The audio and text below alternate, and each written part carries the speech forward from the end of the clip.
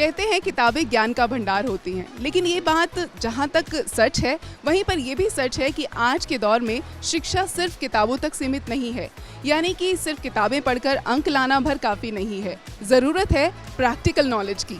और किसी भी विषय को समझने के लिए बहुत ज़रूरी है कि आपको उसका व्यवहारिक ज्ञान हो, आप उसे प्रैक्टिकल के साथ सीखें या फिर आप उसे खुद करके अनुभव करें। और विज्ञान के लिए ये बात बिल्कुल सटीक लागू होती है, क्योंकि विज्ञान एक ऐसा विषय है जिसे आप प्रैक्टिकल के बिना सीख ही नहीं सकते। और इसीलिए अलग अलग स्कूल्स में अगर आप अनुभव करें तो बहुत सारी ऐसी वर्कशॉप्स होती हैं, बहुत सारे ऐसे प्रैक्टिकल सेशंस होते हैं जिसमें बच्चों को सिखाया जाता है।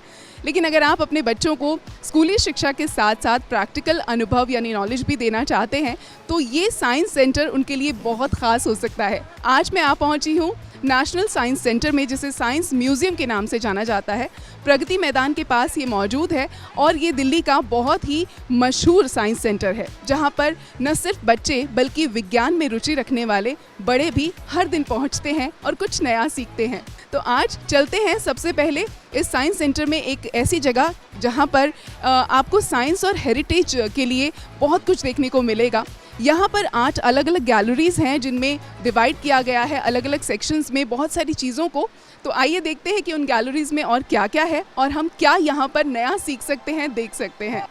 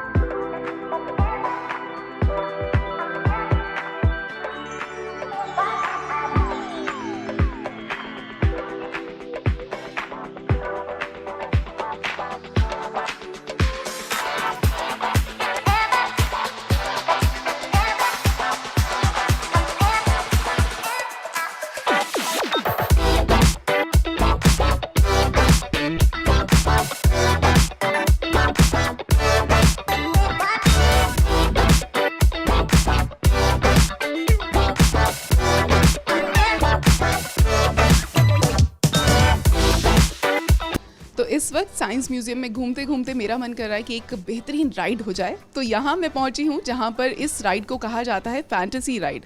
और इस राइड पे शायद कभी मैंने बचपन में ज़रूर मज़े लिए हों, मुझे याद नहीं, लेकिन आज मैं दोबारा से अपने बचपन को याद करूँगी और यहाँ पर इस राइड का मज़ा लूँगी। लेकिन इसकी ख़ास बात ये है कि यहाँ पर आपको बिल्कुल ऐसा नहीं लगेगा कि आप बाहर हैं, एक अलग ही वर्ल्ड में आप पहुँच जाएंगे और उसके लिए आपको चाहिए होगा ये 3D ग्लासेस। तो इसे लगाकर चलिए आइए मेरे साथ।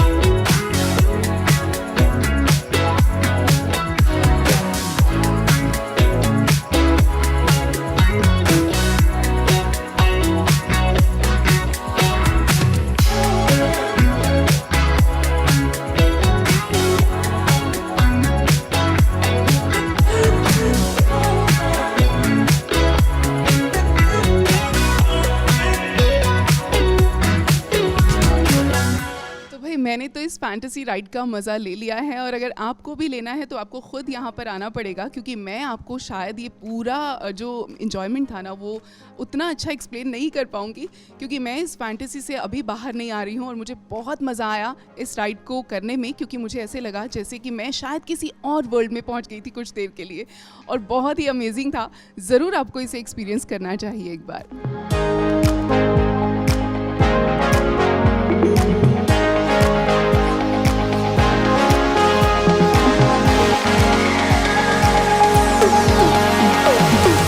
सच है कि संगीत में वो खूबसूरती है जो हर किसी को अपनी ओर खींच लेती है, और इसीलिए विज्ञान भी इससे अछूता नहीं है। और देखिए ना, विज्ञान भी संगीत से जब मिल जाता है तो फिर क्या जादू होता है। नहीं समझे ना? आपने हमेशा एक तार के साथ वाला पियानो देखा होगा, या फिर जिसमें बहुत सारे स्ट्रिंग्स होते हैं वो पियानो देखा होगा। ये एक ऐसा जादू है, या यूं कहूं कि विज्ञान है, जिसकी वजह से ये पियानो बिना तार के बजता है, यानी कि सेंसर्स की वजह से बजता है ना जादू? नहीं, ये विज्ञान है।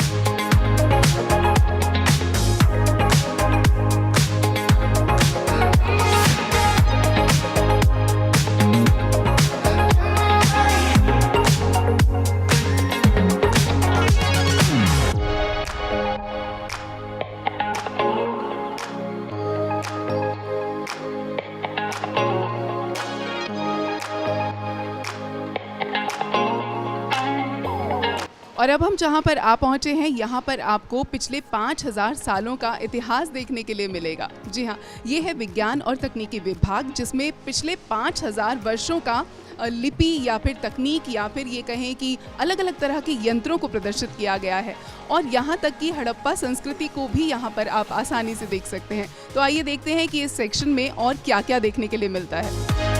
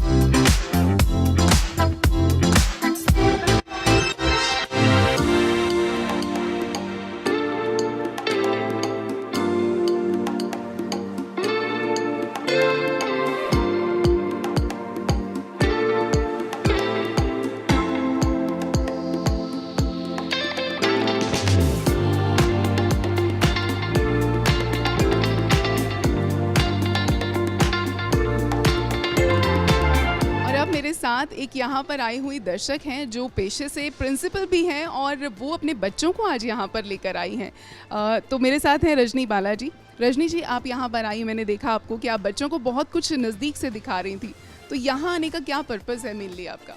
जो बच्चे पढ़ते हैं बुक्स वगैरह में वो तो ठीक है, एज अ थ्योरी वो पढ़ लेते हैं, लेकिन जब वो प्रैक्टिकल देखते हैं उन चीज़ों को तो वो उनकी मेमोरी में फिट हो जाता है, फिर वो कभी भूलते नहीं हैं।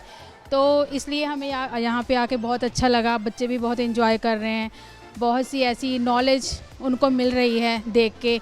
तो मैं तो सबको यही बोलूँगी कि जो भी यहाँ पे आए तो एक बार साइंस म्यूज़ियम ज़रूर आए देखने के लिए। मैंने यहाँ का काफ़ी नाम सुना था कि यहाँ म्यूज़ियम में काफ़ी अच्छी सारी इंटरेस्टिंग चीज़ें हैं जिसको बच्चों को देखने में काफ़ी एजुकेशन और काफ़ी मज़ा आता है। तो फिर मैं भी अपनी फैमिली के साथ आया और यहाँ पे देखा कि काफ़ी एशियन पीरियड की भी काफ़ी चीज़ें हैं।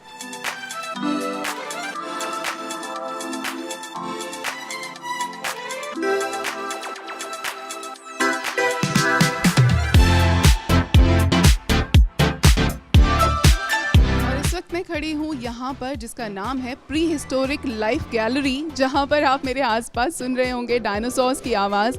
और ये जो एरिया है ये साइंस म्यूज़ियम का सबसे फेवरेट एरिया हो सकता है बच्चों के लिए, क्योंकि यहाँ पर बहुत सारे डायनासोर्स की अलग अलग स्टैचूज़ आपको देखने के लिए मिलेंगे जो बिल्कुल रियल लगते हैं, और उनकी आवाज़ का जो इफ़ेक्ट है यहाँ पर वो ऐसा मालूम होता है जैसे हम सचमुच किसी ऐसी जगह पर पहुँच गए हैं जहाँ पर अलग अलग तरह के ढेर सारे डायनासोर्स हैं। तो बच्चों के लिए ये जगह सचमुच अपने आप में एक बेहतरीन अनुभव हो सकती है।